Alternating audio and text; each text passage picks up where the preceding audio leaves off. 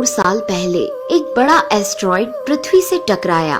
धूल के बादल ने सूरज को ढक लिया, तापमान गिर गया। पृथ्वी पर रहने वाला 25 किलो से ज्यादा वजन का हर जीव खत्म हो गया। डायनासोर्स का काल खत्म हो गया।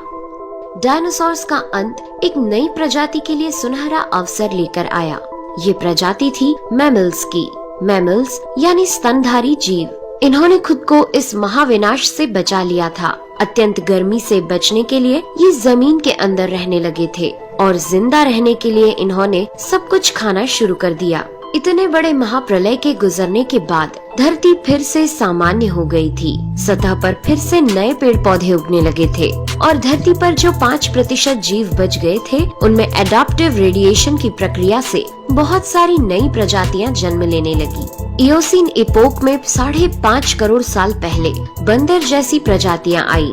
इनकी आंखें सर में आगे की तरफ थी।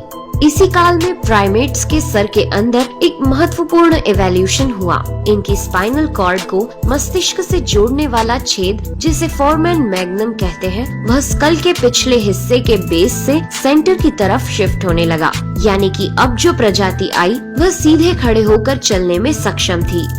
आज से 4.7 करोड़ साल पहले धरती के वातावरण में लगातार बदलाव होने शुरू हुए। धरती के टेक्टोनिक प्लेट्स में हलचल हुई, जो धरती के 2 बड़े महाद्वीपों को एक दूसरे के पास ले गई। ये वही भूभाग है जहां आज हम भारतीय रहते हैं। ये है इंडिया, जो एशिया महाद्वीप की ओर तेजी से बढ़ रहा था। इन दोनों महाद्वीप के आपस में टकराने की वजह से हिमालय जैसी पर्वतमालाएं खड़ी होने लगी। यह वही पर्वतमाला है जिसे आज हम जानते हैं दुनिया की सबसे ऊंची चोटी माउंट एवरेस्ट के नाम से। ये पर्वतमालाएं इतनी ऊंची थी कि इससे मौसम का पैटर्न बदलने लगा, जिससे पृथ्वी ठंडी होने लगी। इस पर्वत श्रृंखला से गिरने वाला बर्फ आगे चलकर कई नदियों का निर्माण करने लगा। यह वही नदियां हैं जिससे आज हमारी आधी से ज्यादा आबादी को पीने का पानी मुहैया होता है। ओलिगोसीन एपोक में 3 करोड़ साल पहले ग्लोबल कूलिंग हुई। घास के मैदान बढ़ने लगे और जंगल घटने लगे। तब ऐसे जानवर विकसित हुए जो खुले मैदान में रहने के लिए उपयुक्त थे, और इन्हीं में दूसरे जानवरों को खाने वाले जानवर भी विकसित होने लगे।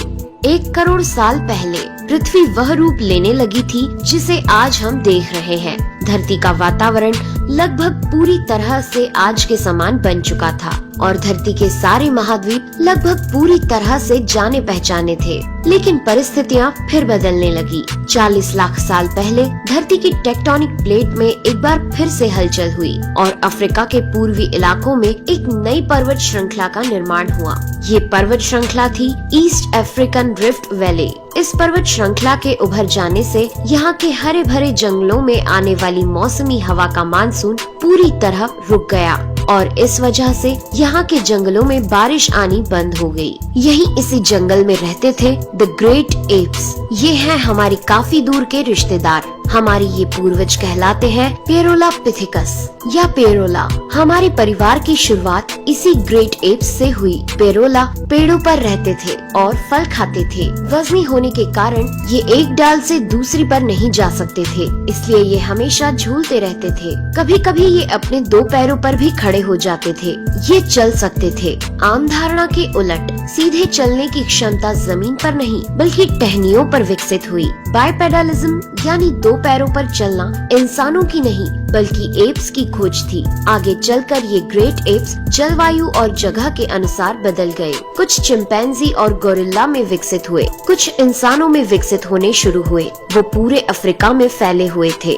बारिश के बंद हो जाने से यहाँ के जंगल सूख गए, जिसका सबसे ज्यादा असर इन एप